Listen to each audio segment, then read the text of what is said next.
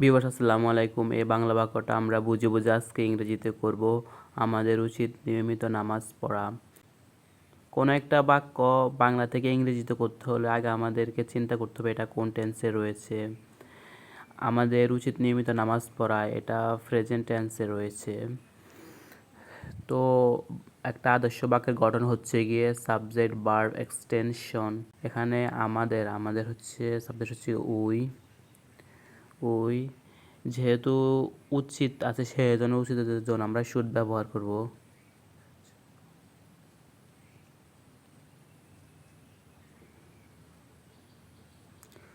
We should. R verb হিসেবে আমরা নেব take, take. We should take. আমরা কি নেব? সালাত।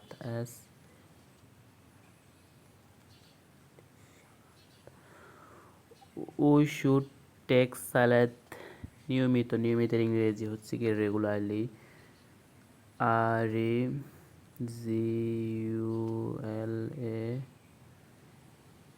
REGULARY, regularly. We should take সালাত রেগুলারলি।